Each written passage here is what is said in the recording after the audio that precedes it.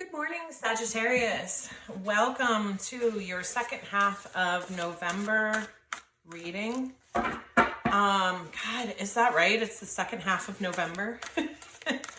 And remember, these are general readings. If you are interested in a personal reading, I am open for those. And you can either email me or book straight through on Etsy. Both are in the description box.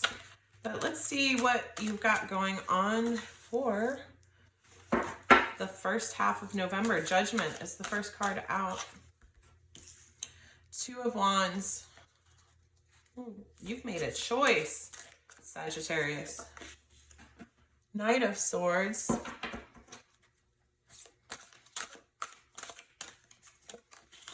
Eight of Wands. Ooh.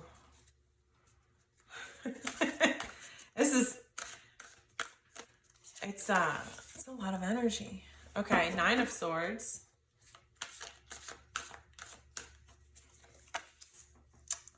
The Fool.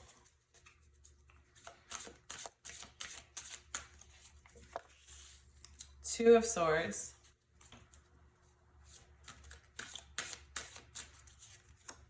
Clarified by the King of Swords. Okay. Interesting, Sagittarius. So what I'm seeing here is that there was a situation, and I don't know exactly what that situation is about, but it shows that you made a judgment in a situation. You made a choice. Two of Wands is about having made a decision, and that's clarifying the judgment. So you basically, there was some sort of situation that perhaps, you had been trying to evaluate, maybe see whether or not it would work out, whether or not, if it involves a person, whether or not they were who they said they were, whether or not their actions were aligning with their words. But it looks like you've made a decision in that situation.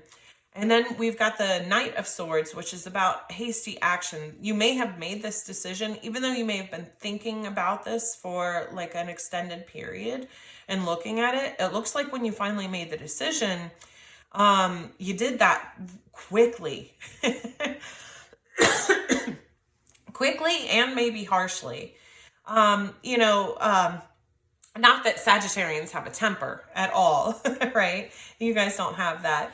But yeah, so there's this Knight of Swords, and so that's about rushing hastily, and that's clarified by Eight of Wands, which is about fast communication. So when you got to the point of making a decision about this situation, it looks like then you actually acted on that really quickly, maybe harshly, but that you may have communicated your decision. And whatever that situation was, well, I'm getting a couple things here, because there's the Nine of Swords, which is a card about grief, kind of like regrets of the past, things that haunted you, either actions done towards you that are kind of keeping you up and bothering you, or actions that you've taken. And so it's possible either you regret how hasty you were in terms of actually delivering that judgment to someone, or it's just that the situation had created a lot of, sort of grief, stress, and mental anguish in the past, and that's why you cut it off. But, that's clarified by the Fool, the Nine of Swords. So, the Fool is about taking a leap of faith, and it's about, deciding that you want to take a chance on something, and you're going to kind of bravely walk towards it. Then we've got the Two of Swords, which is, totally different energy than the beginning of this, right?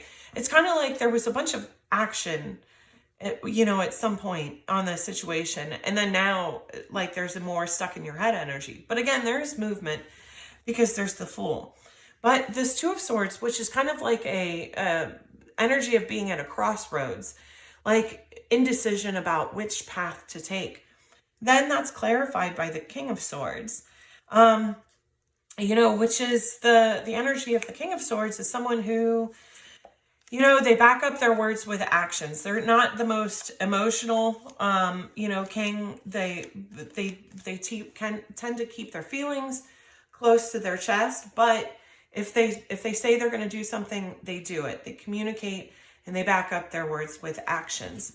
So the sense that I get is that, you know, whatever this is that you're wanting to take a leap of faith towards, that you have experienced some mental conflict about it, but essentially, you know, that you have decided to take on your truth, to follow your truth in this situation, whatever it may be.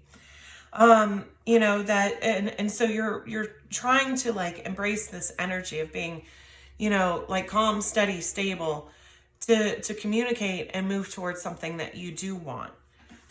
Again, that doesn't really show, and it may be different based on, you know, the different people watching this. But let's get some guidance in this situation.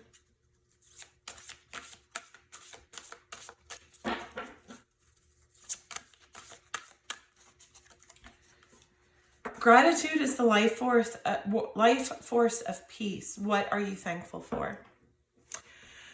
Yeah. Again, I don't know a lot of the details, and they're probably different for different people of what this situation was. But once you get into this Fool energy where you know, it can be tough, right? Because once you decide to move forward or leave a situation behind you or whatever the case may be, you can go back and forth between, you know, the doubt, self-doubt, confusion, fear, and then being ready to, you know, take that leap of faith. We can kind of cycle back and forth in those energies, but it is important, especially when you're, you know, starting on this new journey or deciding that you want something new or different, to really focus on gratitude for what we do have. And when we catch ourselves in this Nine of Swords energy of, you know, thinking about all the things that could go wrong, to actively try and grab ourselves and recenter and focus on what we do have that is working and that is positive. Because the more we hold on to those energies, the more likely we'll be able to bring those in as we start, you know, taking steps on that new section of the journey. Let's see. Wishes. Yeah, and so, you know, don't be afraid to dream big in this part. Like on this Fool's journey, you know, I think that the best thing that you can have is unreasonably, you know, like whatever you decide you want to do, don't minimize it for yourself as like, well, I can't really do this thing that I really want to do, so maybe I'll just do the smaller version, and you know that I would be happy with that. Why? I mean, because basically, my philosophy is, if you're gonna go for something, you might as well go for the biggest thing, because if you fall short, you're still gonna end up with something amazing.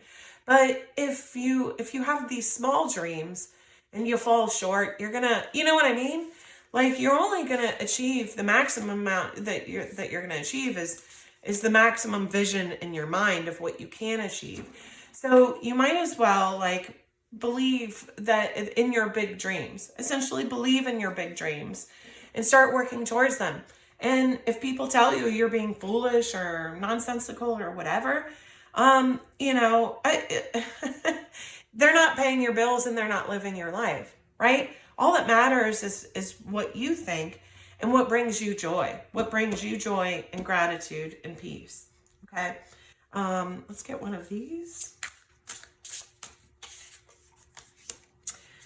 House 7, profound relationships, intimacy, and romantic partnerships. So yeah, perhaps this was about a romantic situation.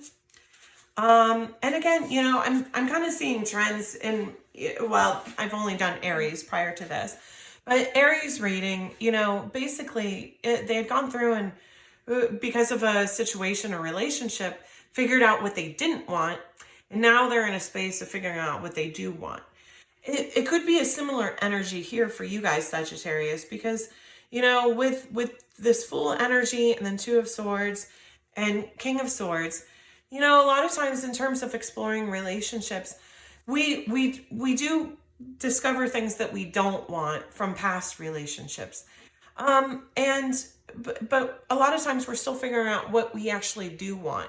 And the best way to do that is to know yourself, right? To really go within, is so that you can figure out what you actually enjoy, what is actually important to you in terms of values for people in relationships. You know, perhaps in the past you've always, you know, picked people that had a certain physical aesthetic that you liked, right? But maybe you weren't so focused on, you know, their values, their morals, you know, that sort of thing. Or who knows, vice versa. But basically, you know, it looks like you're going to be having an opportunity to explore some of the things that you do want out of a relationship. Seeing profound relationships, intimacy, and romantic partnership. So, so that's positive. There's, you know, it sounds like some positive energy coming in to explore a more positive relationship in the future. Let's get one last one. Spontaneity. And it's funny because, you know, the Knight of Swords did come out, and that's actually the word on this Knight of Swords card is spontaneity. Do you like spontaneous adventures of the highest caliber? The only acceptable answer to this question is yes. So buckle up, Charlie. You're about to take a wild ride through the unexplored, unconventional, and underrated. You're about to learn that yes is a magic word with the power to unlock new dimensions in space, time, and after-hours hangouts. Yes will lead you to experiences you didn't think possible and teach you that lifelong friendships are sometimes lurking just behind a karaoke singer's mullet. Okay. So yeah, you're in this fool's journey. And again, dream big, but also, yeah, have you ever seen that movie, Yes Man? It's kind of old at this point. It's Jim Carrey. But basically, at one point, he decides to say yes to like everything, just to everything, because he's always said no. And, you know, so, and it turns out, you know, not everything that he says yes to was a great idea or something that he enjoyed, but like he was able to find so much life through those experiences, as well as things that he did enjoy, and as well as meeting people and having connections through the exploration of these different activities. You know, and that's kind of the energy of this card is, and you know, you've got Sagittarius, you've got some of that energy in terms of like turning on a dime and being spontaneous. You know, and so basically like what this card is saying is like, let your freak flag fly a little. You know what I mean? Like get out there, explore the things that you like, enjoy them. Okay. I think that's all I've got for you, Sagittarius. If this resonated with you, please don't forget to like, comment, and subscribe. And I'll see you in a couple weeks. Thank you, guys.